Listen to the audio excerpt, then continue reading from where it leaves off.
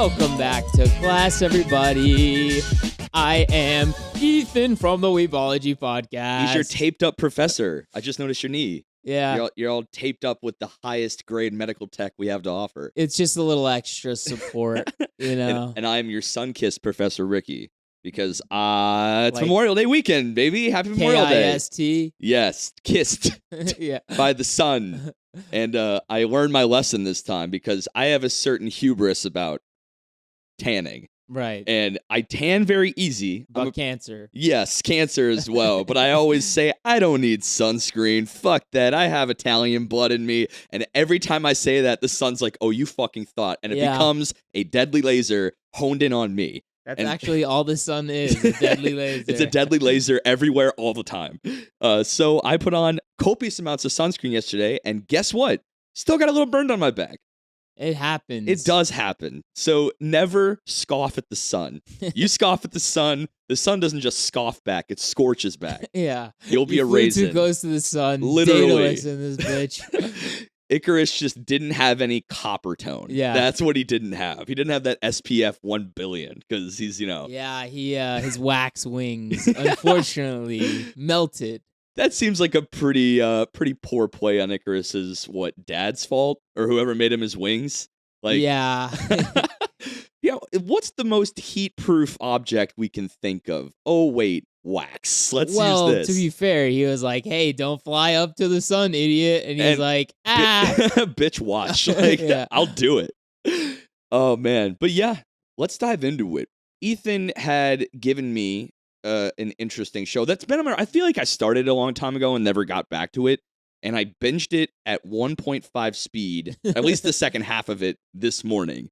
So a lot of information was crammed in my head in a very short amount of time, and I feel like even if you watch it at normal speed leisurely, there's a lot to untangle here, right? Yeah. So what are we talking about today? It's like mad fast paced." Okay, Yes. Today we are talking about the predecessor to a show we've already watched, Mhm. which was Durarara. Yeah. Durarara. Durarara. And today we are talking about Baccano. Yes, 2007, I believe, is when it came out. Is that a pretty big studio? I thought is the same one who did Durarara. I think it was like Orange or something, or Bryant. No, Brains Base. Brains That's Base. right. Yeah, it had the aesthetic, right? It Yeah. had a very much their aesthetic, which is good, but it's from the same author who did Durarara, so there's going to be a lot of narrative similarities in this way. But we were texting before the episode, and we'll get into it more deeply, but there are some key differences in this show and how it's told, that it uses the same style of storytelling as Durarara, but those key differences make it a click not as effective.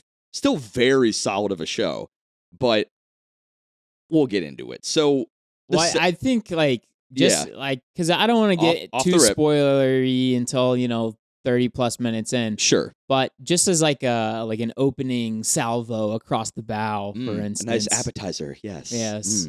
Mm.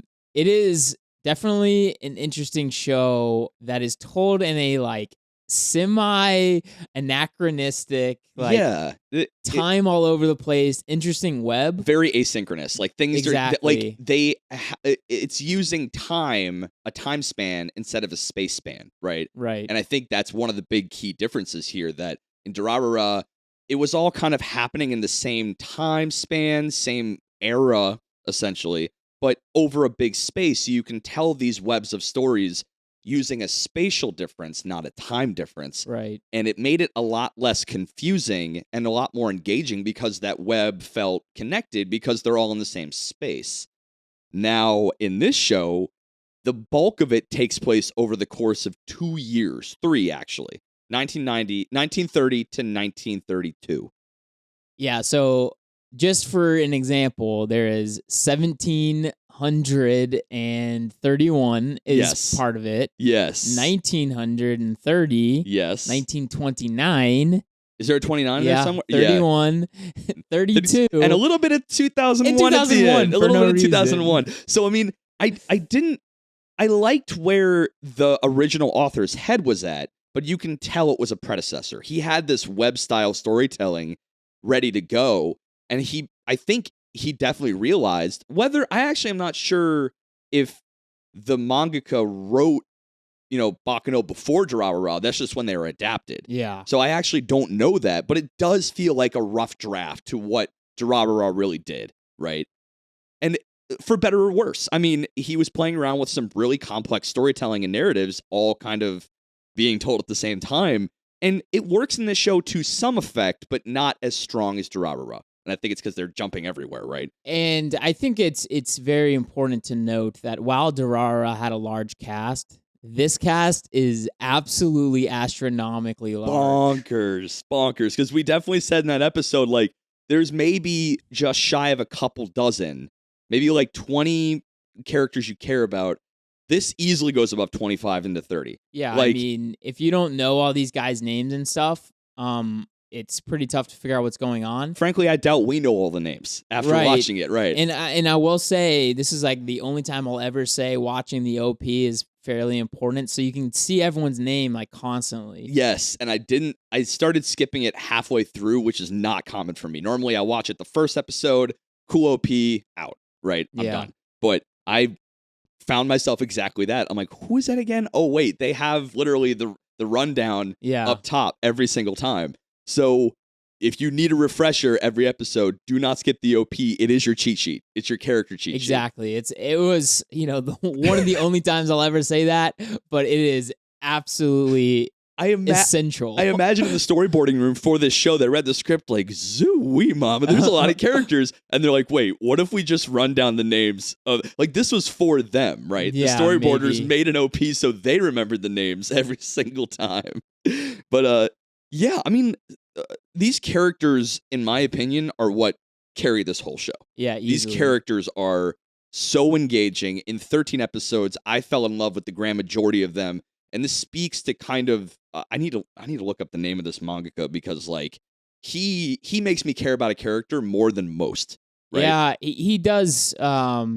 And you didn't get to see it because it's episode 16, but they actually do this little monologue at the end with the remember Carol and Vice President from the very, very, very beginning? Yes. They actually have this conversation at the very last second of the series that says, he goes, Carol, are you still wondering who the main character is? and she's like, yeah. And he's like, that's kind of the point of a series like this. Like they added some, I wouldn't call it fourth wall, but very self-aware shit. Oh, this right? was definitely fourth wall. Yeah, it was very self-aware. He's basically talking to Carol as if he's talking to us, and he says, like,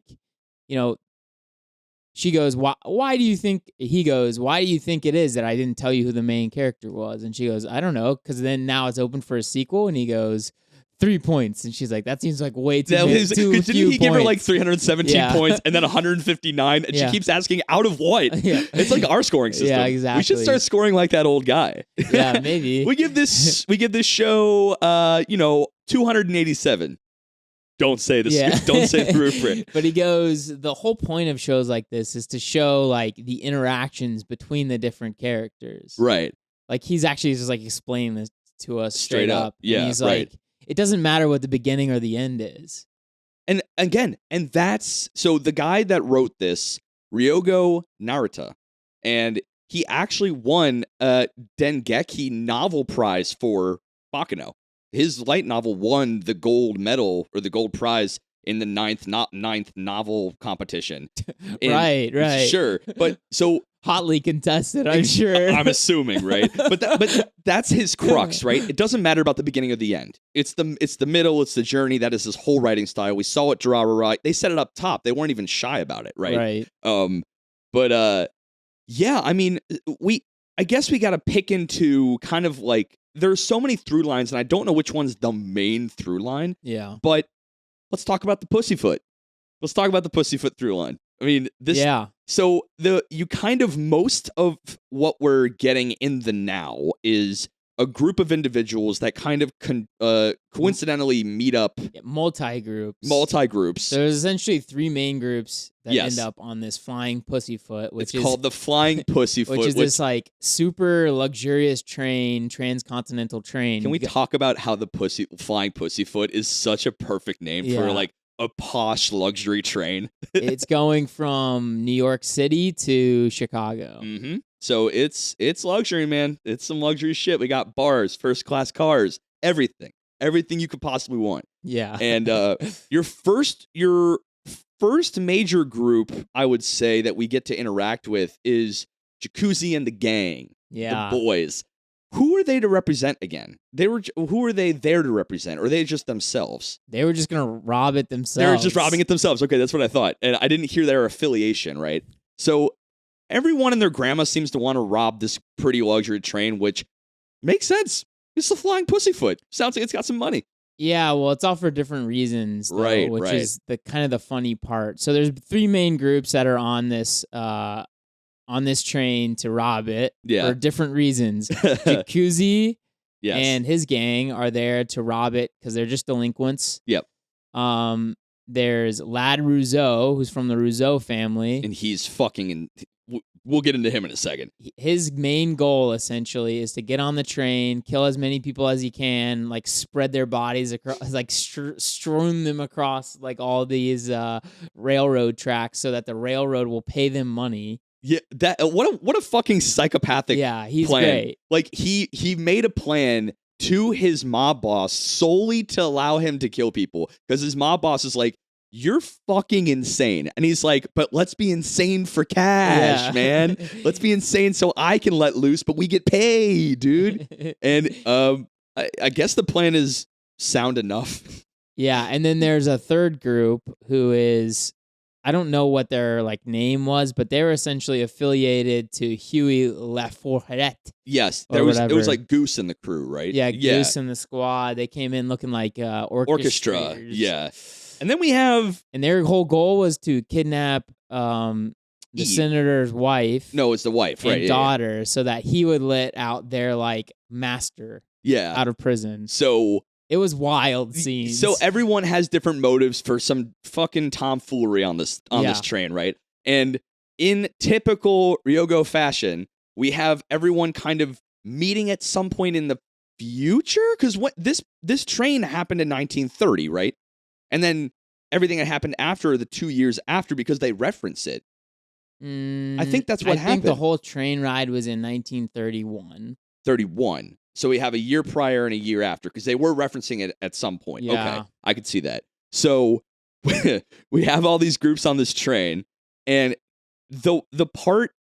As well as a smattering of, I would say, war potentials. War potentials. To take some 1,000-year blood war arc. Pretty much. Yeah. Terminology. And we had some, not side unaffiliated characters, I'll say. Right. Yeah, right. Totally unaffiliated. So this all kind of was spun from, is that a word? Spun? Yeah. Fine. It's a lot of mob shit. There's a lot of mob warring going on. And like at least 4 families are involved. The Lumors, the Russos, the other R1, and the Gondors. I think those are all the families. Yeah. I forgot the other R1. But in any case. There was a Martinelli. There was a Martinelli. That's where... And then I think it's Rundarella. We'll go Something with that. like that. We'll go with that. Rundarella. They were honestly not important. So the Rumbarella clan is basically like... They are kind of in a spat with the Gondor, who's in a spat with the Martinellis, who's in a spat with the Lumieres, and like, it's a lot. Like, but I found that I love mafia shit. So like, I found that piece engaging, kind of this backstabbery back and forth of who's got a leg up. But in typical fashion, kind of like Durarara, there is a supernatural element here. And I think we could dive into that next, because we kind of talked, this is why they're there, this is the motives for why they're fighting, but I felt that the supernatural had a lot more of a heavy hand in this one than Durarara, right? Because Durarara had supernatural, but also is like just kind of tangentially in the world, right? Yeah. Because, and maybe that's where a little bit of the magic was lost for me, because we had celebrated how the supernatural felt so deeply integrated to this interesting slice of life drama. Yeah. That you almost like could remove it altogether and it would be fine. But as you said, specifically, it does add a lot. This narrative relied on that supernatural a good bit to carry the story. I kind of liked it though. I did. There right. was like, some of our favorite characters throughout, right? You find out through various means that they happen to be part of this like special group. Right. But there's that's a good point. I don't know. I still think if you remove it, it could work. But I think unfortunately, this is a much gorier show than Durarara. This is very. There's intense. a lot of wanton destruction and killing. Yes. And unfortunately, if our the main characters weren't special in some way, like of course, like this show would end so quickly. I think it's important to point out exactly what the special is at this point. These individuals. We're only 15 minutes in. We're not going to say how, but we will say that these individuals are essentially immortal. They live forever. They no longer age from the moment they've achieved this particular state. If they are dismembered or anything, just blown to bits, it's not even like a healing. It's like a reconstruction, which is really cool. Like literally their blood just like sucks back into them. Everything reconnects. No matter how far the bits are away from each other, they just come back in. And I think this works in this case because the narrative could, I think maybe you could take it away, but it was written in such a way that immortality was used to very good effect. Good narrative points, good lore, good backdropping, good twists, who is, who isn't. So we've always had this thing. We kind of said it with like B-Stars and, BNA or whatever the hell.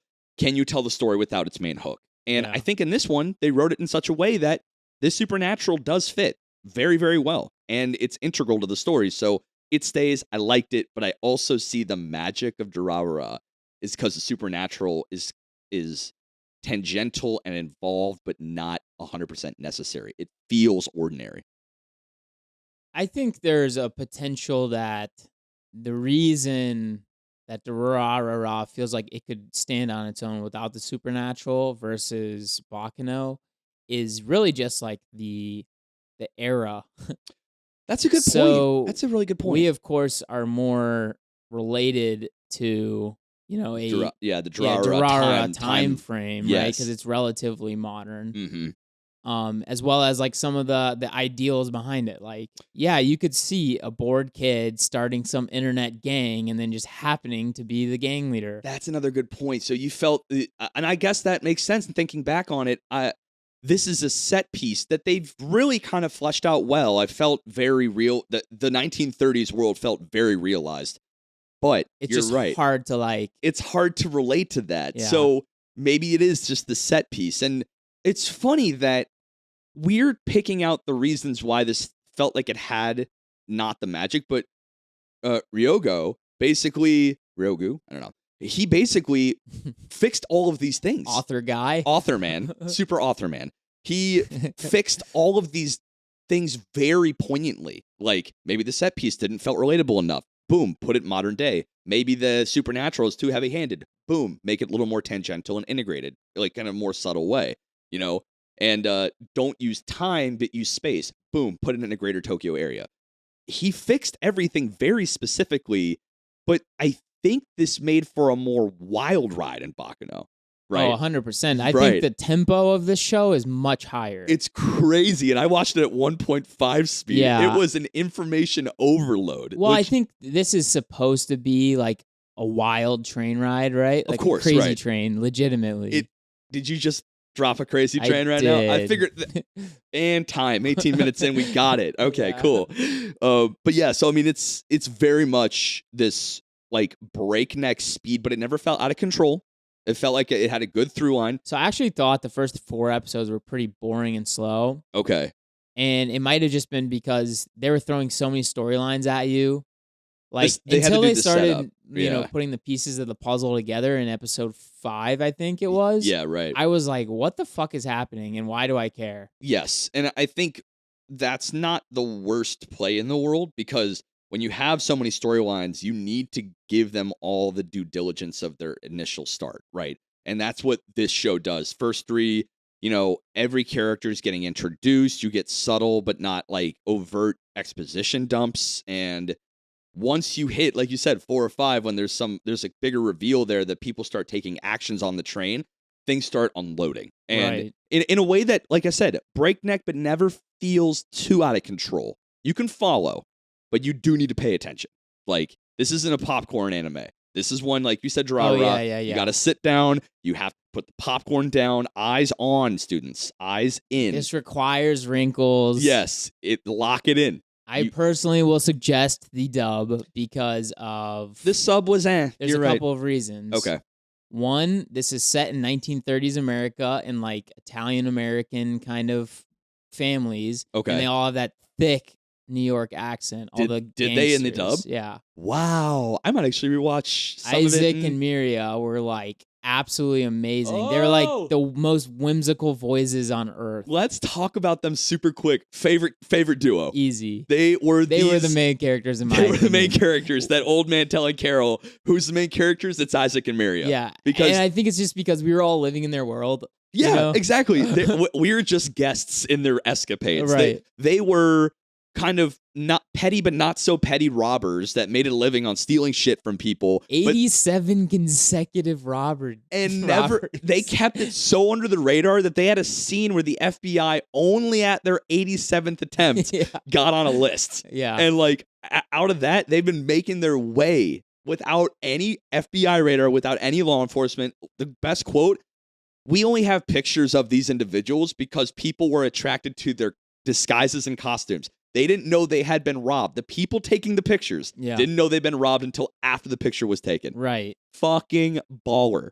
And outside of that, they were funny as fuck. They would like have this super quick back and forth. Like they had one mind, two bodies, and it was amazing. It was amazing. Yeah, and they're just like so bright and cheery. Yeah. They make even like every aspect of the show that has them in it is like a fun, energetic, kind of just like jolt to your system. Do you feel which is good because there's a lot of just like heavy like brain work you have to do. And that's what I wanted to ask. They add a levity to an otherwise gorier version of the Durarara storytelling. Yeah. Do you feel that them as harder an aspect, to understand too? This was much more difficult to like piece together. Right. There's a lot more going on here than just the set in front of you. So do you feel that Isaac and Miria were something that maybe Durarara was missing? Because I don't think I had those moments of levity in Durarara, but maybe it didn't need it. Did. You had Walker and we did, didn't we? Who would just like say random shit, and you're like, Band gang, okay, band gang, yeah, band gang. So yeah, they are an absolute highlight, an absolute joy, like truly main character shit. But we got who's your least favorite characters? Ooh, that's a really good question. You know, mine are very obvious. I hated these two. Yeah. I wasn't the biggest fan of Jacuzzi at times. Okay. His voice in the dub is annoying, but I realize it's supposed to be annoying. Right. But the thing is, like, Jacuzzi is a character that Jacuzzi Splout, I think his name was. Yeah. And Splat. He's a little baby bitch boy, admittedly. Endearing enough, but at some point, he flips the switch and he becomes this super badass dude who will go up to women and just like teammates and just kiss them. Like, if I don't come back, do this for me, kiss out. I'm like, where the fuck did this come from? And there was one throwaway line that said like, when he puts his mind to it, everything's like, it's done. He can get it done. But like, I felt that to be a little weirdly character whiplash for me. So in episode like 14 or 15, there's this scenario where he has to go save somebody, and he basically gets written to like, come here alone. Right. So he goes there, and he said, you know, in the note it said, bring all your money like that your group has made. So he goes there empty-handed, and he's like, so where's the money? And he goes, turn me into the other family, and they'll give you $5,000. So he like was there to exchange his life for somebody else. He brought his own bounty. That's cool. And then the rest of his gang just shows up, and they're like, we can't let you do it. We all came here by ourselves, but we love this little bastard. Yeah, I mean, so I guess like he's just like so for the other. Like he does his best to make everyone's life better or help them in any way he can.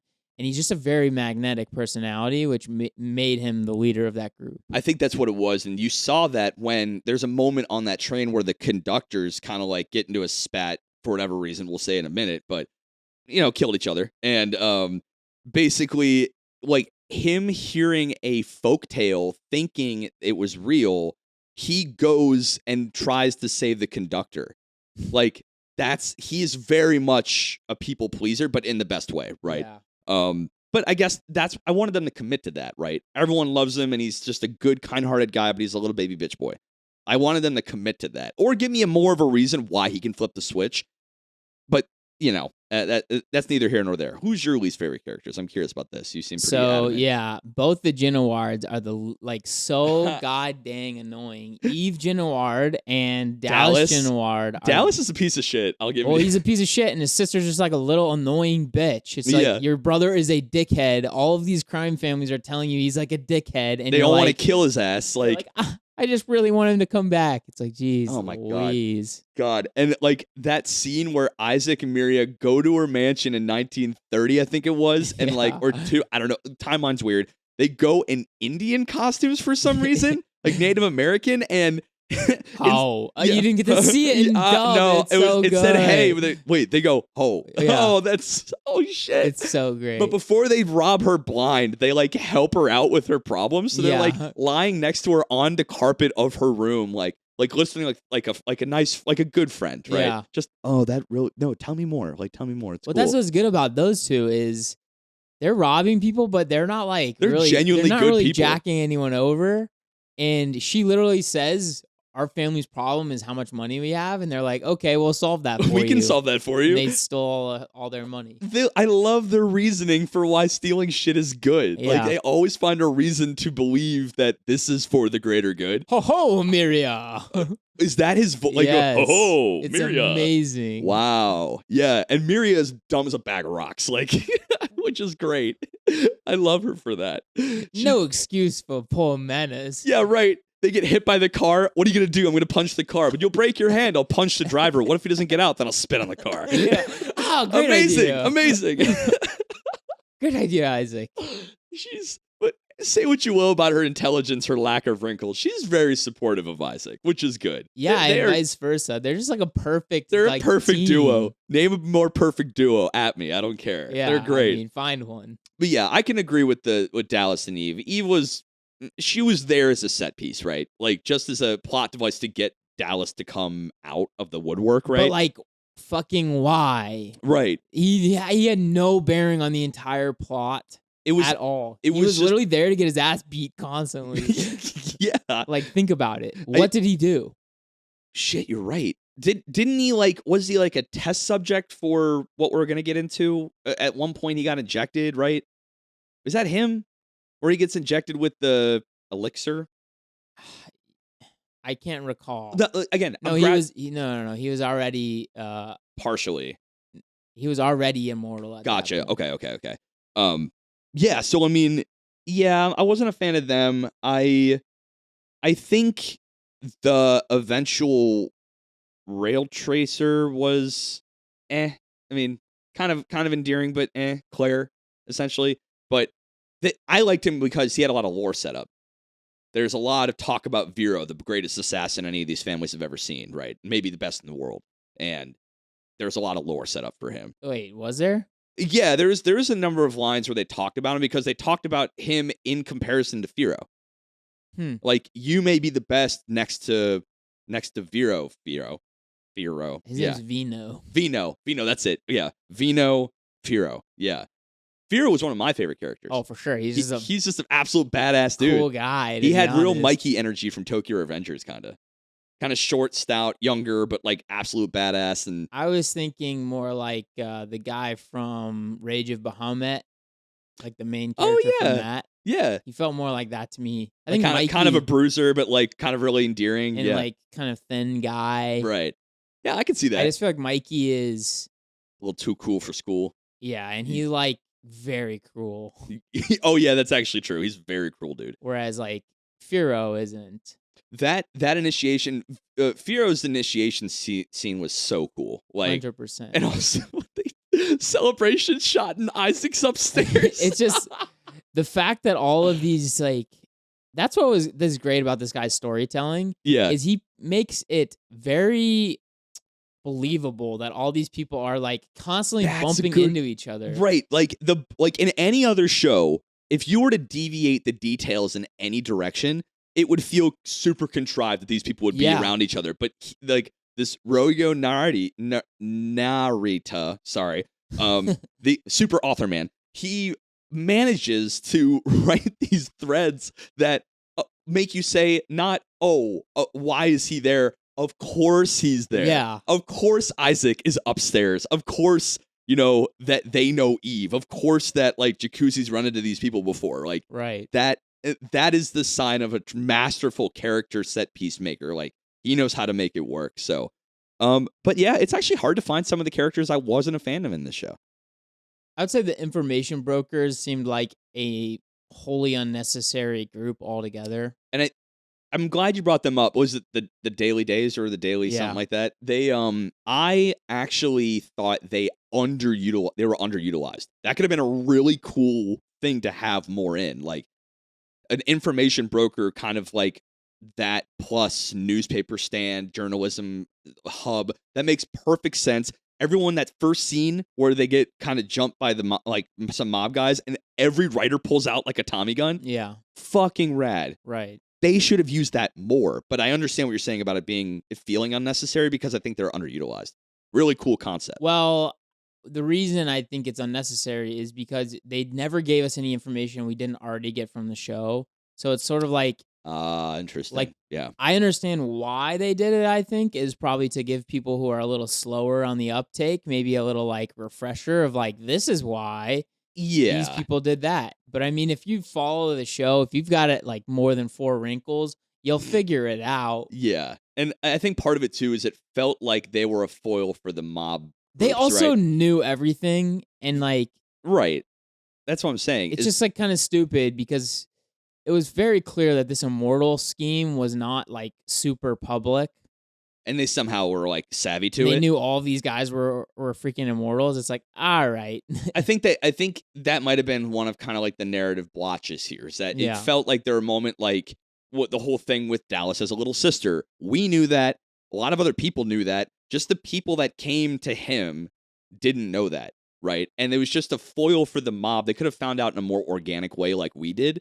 And like them coming to that conclusion would not have been a hard thing. Like, hey, boss, one of our guys figured out that, Dallas is a little sister. Oh, okay, let's go get her for bait. They didn't have to go. But here. even still, I just felt like that entire storyline was so unnecessary. Who fucking cares about the Genowards? No one cares about the Genowards. They have nothing to do with the story. Yeah, and that's what, like, the old man said to Carol. Maybe that's kind of the point, is that this is stuff that was going on around that, and they were somehow tangentially involved in the main stuff, so we kind of get that backstory. But I get what you're saying. They could have kind of cut away that chaff a little bit. Yeah, it just felt like unnecessary amounts of stuff. In a show that's already so packed with info and story for 13, 16 episodes, why? Yeah, you don't have a lot of margin for error. You don't have a lot of margin for chaff, right? Your chaff margin is so thin. Lean. Yeah, you need I lean did want to storytelling. say, now, episodes 14 through 16... Now, I didn't watch these. I want to hear this. Had some interesting stuff in them, but I would have been okay with the ending at 13. I felt pretty satisfied. Because I'd say some of the more interesting characters don't really get any more, like, exposition. So the characters we actually gave a shit about, which are numerous, they didn't really get the screen time or progression in the... Well, you find out more about, like, how, because it does seem weird, like, occasionally it's like some character you'll see is an immortal and you'll be like, what the fuck is going on? I had that a couple times. I think everyone got their due diligence, but there were a couple I'm like, why are you? Like, did they ever talk about Isaac? Yeah. Okay. So we're 35 minutes in. Spoiler City, we're USA. Just gonna go Spoiler City, and this is gonna be me basically. It's 15 years old. Go watch questions. it. It won a gold prize. It won a gold prize for the 8th overall, whatever that was. From the Dengeki novel prize competition, the 9th one, the real one. 1 through 8 didn't matter. So remember, Furo is having his big initiation, right? Yes. And Isaac and Miria are upstairs. Yes, can't forget it. So somehow they get invited down inside to drink with all of them, but they had already stolen the 2 glasses of elixir, 2 bottles of elixir. Oh, I was wondering what happened with that shit. Everyone there drinks it. Oh. So that's why that entire crime family is already immortal, including Firo, including all these people. What was the guy with Mizua? Mizo, yeah. Because I found it interesting because we saw a moment, I think in 1932, of Firo being revived as an immortal, and he was. Then I was like, wait a minute, why is he curious about Mizo's basically regenerative powers? Why I thought he was already an immortal, but then my timeline was goofed, and I didn't know where the connection lied. So thank you for clearing that up. Yeah, so that's the biggest problem with this show is when you jump back and forth by 1 year, it's very hard to decipher what is happening before the other thing. Even if I'm watching something and it just said 1932, to me, 1932, 1931, 1930, 1933, they're all basically the same, so it's really hard to figure it out. And here's the problem with that. And they all wear the same shit every time. They do wear the same. I was just noticing, except for Isaac and Miria, which, again, another reason why they're great. But you're already, thinking Durarara, right? You already have, 4 concurrent storylines that you're keeping in your in your head web right now, in your literal headcanon. Now, imagine spreading those over 3 new timelines. You have storylines over timelines. Yeah. At some point, wrinkles aren't enough. The human brain can only do so much. We followed it because we got it. We got it. But I mean, come on. That should go without saying.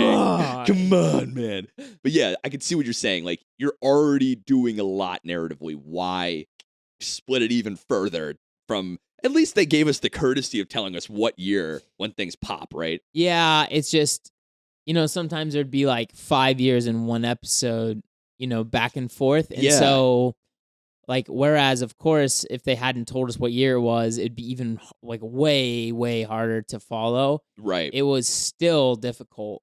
Speaking of years, we got to tell them about the whole immortal hook, right? We're in Spoiler City, USA right now. So, I mean, and I actually really kind of enjoyed them giving the supernatural a little bit of lore. If you're going to make it so heavy-handed, they did the work of showing us the exact moment, the humanitarian side of trying to do this. But essentially in 17, was it 11 or 31 or something like that?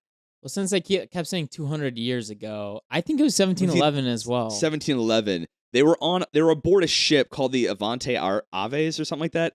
And too much Italian for me. But it was literally everyone's name. Yeah, right. It was fucking terrible. On board were a bunch of alchemists who were attempting to summon a demon based on the notions of a guy, Mizu's basically classmate, whose grandfather hadn't aged for 300 years because he successfully summoned the same demon.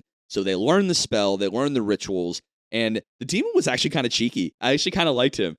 And he was but they were trying to find the cure-all elixir, the magnum opus of alchemy. The grand panacea. Yes, the big daddy drink. Basically that, everlasting life soda. Feel the everlasting life. Right. Their everlasting refreshness. Essentially, they wanted the Philosopher's Stone. But in Coke form. Just something Diet Coke. Yeah, casually. yeah. They get it. They do it successfully, and even the demon's stop the fucking chanting. Just you don't gotta stop. Just think about it, and you got it. And drink this. But I liked what the demon did. You all can partake of the cure-all elixir and obtain immortality, but only Mizu's gonna be able to know the recipe. What a curious little trickery there. I think that was subtle. Yeah. Because if you give it to them in limited supply, and now they all have unlimited amount of time, but they're fuck, what if we want the world to have this or me to have this alone? Who knows it? Just that one guy. And what do humans do? They covet and they greed. And that is kind of what the demon alluded to later on. That's just humans really are greedy. People fucking want that knowledge. So I found that to be a very interesting little play. So it was definitely interesting, but altogether I felt semi-unnecessary because you had a group of 80 people become immortal at that point. Right. What would be the point of making other people immortal?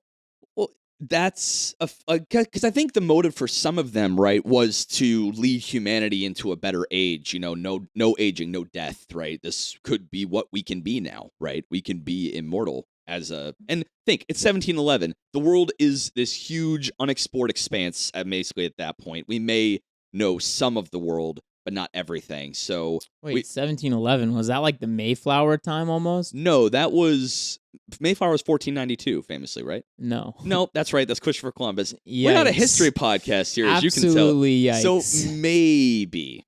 I edit that out. Holy shit! No, I'm editing it in. I'm keeping it in. I don't care. But people make that mistake so much. They do make that mistake.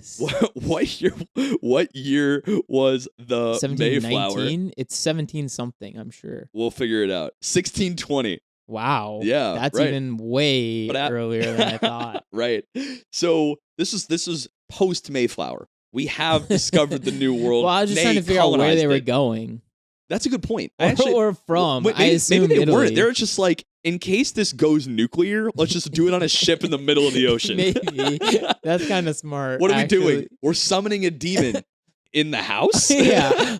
Yeah. How about you go on a boat and go way out there and try that That's shit? a good point. From Italy, you just see just like this huge mushroom cloud. Like, looks like that didn't work. Okay, Glad let's they not did that do there. that. Rome, nah. Crater, gone. Thank God they did it out in the ocean. But yeah, so we don't know where they're going or coming. We know it's probably coming from Italy, but I don't know.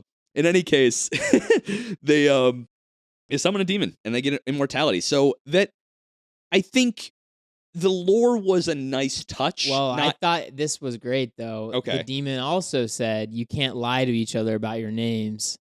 Oh, right? Remember? Because like if you're going to live for 300 years, of course you're going to probably take on new identities, but to each other, you can't lie about your name. And because there's this little sneaky thing that you can do where with your right hand you can either devour them completely if you ever want to die. Yes. Or if you want to steal the information in their head and experiences and stuff. And that's, I think, as far as immortality goes, that's a really good narrative out, right? Is that if you want to die, you must seek somebody else out that has the immortality. Inevitably, there will be one person left. Right. That's what I was like, if one devours the other and it goes in a big chain, eventually one person will be without an out. Which and is I very would have interesting. thought if we had played this out completely, it would end up being Mizo. Yes. Because, as the leader of this thing, the guy who summoned the demon, the holder of the knowledge, right? Right. It seems like it would be pretty poetic to end with him, but we don't get to see that. No, and I think I would have liked to have, because I think he is one of the few there that truly understood the impact of what he was doing. Because I think him giving half of the knowledge to somebody else, because the other part of this power is with your right hand, you can devour somebody, taking all their experiences and knowledge, but with your left hand, you can basically give memories that you have or of anyone you've consumed. No, I think it was both right hands, which is even more freaky. Oh, shit, you're right, Yeah. because it's all about thought, right? Yeah. It's I want to eat. That's how you devour somebody, but if someone, and they actually played on that Cheslaw dude. Yes. He thought he was going to get devoured, which was not the case. So we fucking panicked on Isaac, I think it was. Yeah. Because Isaac was trying to save him, right? And he was just like, no, because he's been around for 200 years as a kid. Right. So he's like, totally can't trust anybody, totally panicked. So they play on some of these tools very interestingly in the show. Was it Dallas, or who was the one who was in the barrel at the bottom of the Hudson? That was Dallas. That's a fear of mine. Like immortality, but like stuck somewhere. Yeah. You're fucked. Well, You're just fucked. So similar to Dio. Dio? I do believe with enough time, it's sort of like a Dr. Stone scenario. Right. Eventually you're going to break out. Cement Yes. does not last underwater for hundreds and hundreds of years. It's like a year and change, right? I don't know how long it Yeah, lasts. right. I just know it's not forever. I think it's a mental thing for me, is that it would, we as human beings require stimulation. We require stimulus, right? To not have that, I'd go mad. I'd go insane, right? Well, that's what I'm also thinking. If you're constantly trying to get out. Eventually you're going to get out, Yeah. right? Okay. And he does, just so you know. He does get out, He right? escapes. But yeah, so I mean, they this immortality thing, I think they use the narrative trope of immortality in very interesting ways in this show and portray it in a very interesting way. But it feels kind of like the motive feels a little weak, robbing shit. That seems fun, right? But this trying to lock down immortality from other people and try to get this elixir, cool, but I don't know. I think the part about the immortality and the elixir was like more incidental, which is strange. Yeah, right. But it seemed like everyone was like going about their lives and just happened to be running into each other. And it seemed like I've been trying to think of what like mainstream media kind of parallel I could make to this. Because there's this thing where like, people with these abilities will inevitably run into each other. I know it's not a great movie, but Hancock did this a little bit. I was legit thinking that it's not a great movie, but I was like, no. They're demigods that eventually they're literally magnetized to each other over the ages, right? And they kind of gravitate towards each other back and forth. So they do that. No, stand users, duh. Oh, right. Like, yeah, stand users end up hitting each other no matter what. They gravitate towards each other. Right. Be it cosmically or otherwise, they just do. And so I wonder if this isn't sort of like that, because they do end up running into each other. But I wanted to step back just a little bit, back to what we were saying, where you can't tell them like a fake name. Okay. Because when Cheslaw, like in episode 3 or whatever, told that guy, told whoever scrubbed his head his real name, he was like, oh shit, there's other immortals on board. Yeah. And recalling that he's scared as hell that somebody's going to come try to devour him. Right. And his whole plan is to go devour Mizo. Yes. That's what he wants to do. So, which doesn't make sense to me, but he's been tortured a lot, so whatever. I think that's what it was. I think he's so unable to trust, and he's got so much paranoia that he sees no other way out than to devour first, right? But he does kind of say something to Claire Stanfield, which I don't know why his name was that, but he says like, I've died so many times in so many different painful ways, like you can't do more pain to me than I've already experienced. Right.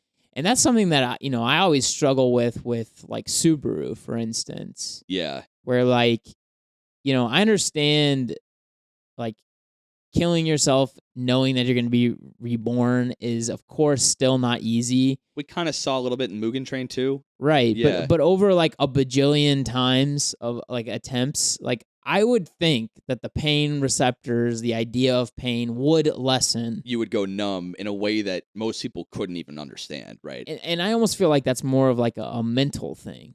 Of course. And again, maybe Mugen Train is all mental. Stay hard. Diamond brain wrinkles. I run 16 marathons a day. Every day. All the days.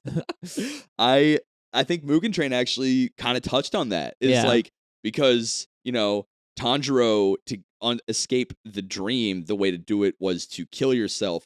And he had to do it over and over. And the demon was like, how insane are you? Like, your batshit determination is crazy. Yeah. So you're right. I think it's a very mental game. I don't recall if I had mentioned this at that time that we talked about Mugen Train, but there is that convention that if you die in your dream, you'll wake up. Like, you can't die in your dream. Right. So I loved when they played on that. Your brain can't fathom that. So it literally has to jolt itself up. That's cool. Yeah. So, I mean. Well, because I thought, it took them a long time to get to that conclusion that I had gotten to pretty quickly. But I do, of course, like I understand any scenario where you're killing yourself thinking that you're going to be reborn is like very. That's a lot of faith. It's faith, right? It's really tough to like, even Subaru, like he does occasionally kill himself to like rewind. He has done that. Yeah. But it's like, what if just this time it doesn't work, Right. And even if it had been tested time and time again and succeeded in a way that you'd expect,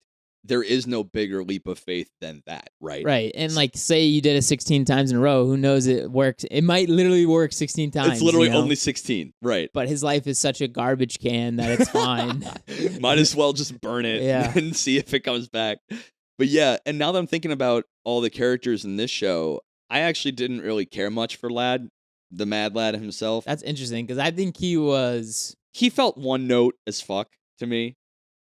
he got his finally, but he was one note, but like in the best possible way. He was psychotic, and that's the thing. Maybe is like he seemed to be this unhinged psychopath murder machine, but he did seem to have some code of conduct. He didn't kill Nick when he easily could have, and his whole mission was to kill people. Right? You remember when Nick was tied up? He just scooted him back in the luggage cart and cargo cart and shut the door. I'm like, that is a moment right then when he would kill somebody. Like right in that moment. And if his whole mission is to kill as many people as possible, seems like an easy get, right? Why would you not commit to that? Well, I think he enjoys killing people in different ways. But remember what he said to the boss. He gets off on killing people when they feel completely safe. Yeah. Right?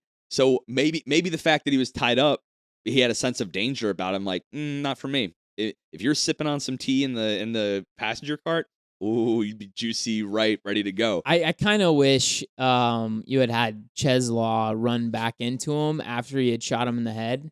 Oh, right? That'd be curious. Because I don't think Lad Rouzeau ever re-met anyone that wasn't immortal that had died. Oh, true. So you would think he would have been really attracted to that concept, right? Yeah, of immortality, of being able to kill as many times as I want. Exactly. He could get everything he wants out in every possible way and no consequence. Maybe the consequence is what he wants, though. It seems like he likes the idea of now you're dead and you're dead for good.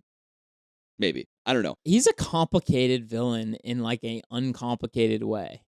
Maybe there's more into him to read, but I didn't really care to. He jumped off a train to save the person that he wants to kill last. That's true. I mean, that's a complicated emotion. Yeah, that is. I guess you're right. I didn't give him the due diligence. Yeah, I mean, come on. The mad lad needs to be read more. Give him some props. Some attaboys for. He jumps off for his lady that he wants to kill, and she seems weirdly into it too. Oh, she's very into it. Yeah, she's like, you can kill me right here and now. Oh no, baby, I'm gonna keep you for last. Baby, let's go. Okay. That's actually fine. Smash cut to you on the couch. This is complicated. This is definitely a complicated duo right here. There's not a lot to pick out with Isaac and Maria, but like, yeah, lad and Lua? mad lad chick. I don't know. I remember her name. Lua. That's it. Lad and Lua. Yeah. So maybe there's more to him than meets the eye. Maybe I gotta go back and give it. Maybe I'll go back and watch the dub because the sub was. And I don't say it often. Go watch the dub. Like it's. But the reason I think that he was important to the story is he was more of like the chaotic, just like killer. Oh, he was a force that was necessary for two groups that are trying to do like actual tasks. Fair. One group was just trying to kidnap to get their guy out, and the other group was trying to steal everything. And then Lad Rouzeau was there just to like fuck shit up on purpose to get like money out of the rail company. And again, like we said at the top of the episode, his plan was absolutely insane, but I somehow can't argue with the logic. But flawless. It's insane but flawless. He big brains his own way to having his own fun, which is just slaughter party. That's it. That's all he wants. So I mean, yeah, I don't know where we're at. Like 53. Perfect. All right. We got to do it to him. Got to give him the numbers. I know where I put mine. I'm going to give it Wait, let's just overview quick. There's a lot to overview. What did you like? What did you not like? I like Ryogo's Narita's storytelling. It is engaging in any setting. Some settings elude itself better than others, but even so, the characters, absolute tops for me. The production, Brainspace did a good job. Some very cinematic shit in here. Has a nice edgy aesthetic style to all the characters. I liked it. What I didn't like was, maybe the contrivances of the supernatural were a little heavy-handed for me, but I think it still it was written in a way where you couldn't have without it, so it gets a pass from me. Not much I didn't like. Some little things here and there, some characters. Definitely Eve and Dallas were They didn't really have much to do. There's a little bit of chaff where they didn't have room to have chaff, but they put it in anyway, so. Yeah. That's really the whole thing. So with that, I think, well, I love the characters. I actually loved the setting. I think they did 1930s America really well. The backdrop was very well realized. And then even like 2001 America. That was a fun thing to snap to. Right? Like, I think they did a good job. Like, everything seemed pretty like period appropriate, which I thought was funny.